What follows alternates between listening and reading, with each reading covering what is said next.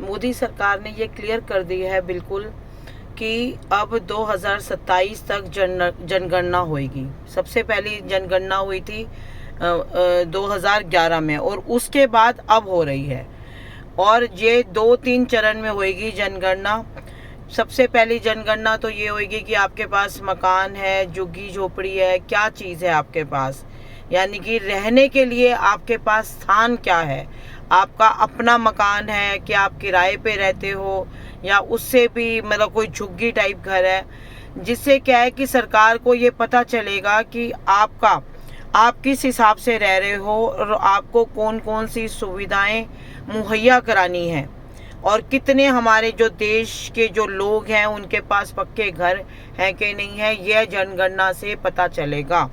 फिर उसके बाद हमारा जो दूसरा चरण है उसमें ये पता चलेगा कि आपके घर में कितने लोग हैं, कितने बच्चे हैं, कितने कमाने वाले लोग हैं, कितने बच्चे डिपेंडेंट हैं। इस तरह की जनगणना में दूसरे चरण की जो जनगणना है उसमें ये सब पता चलेगा,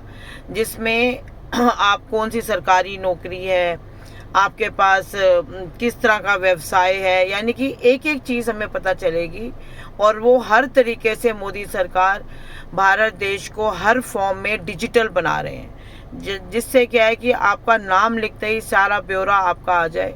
और जैसे ही जब कभी इलेक्शन वगैरह होते हैं विधानसभा या ज़िलों के,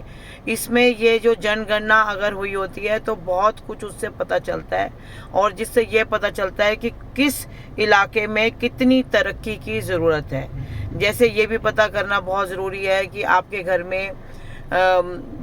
कितना मतलब सामान के हिसाब से पंखे हैं कि नहीं है, कितनी आप इलेक्ट्रिसिटी यूज़ करते हो, और इंटरनेट है कि नहीं है आपके पास। अगर इंटरनेट वहाँ पे नहीं है तो इंटरनेट वहाँ लगाया जाएगा, so that every one should be digital and everything should be digital in the Raj of Modi government. And Modi government is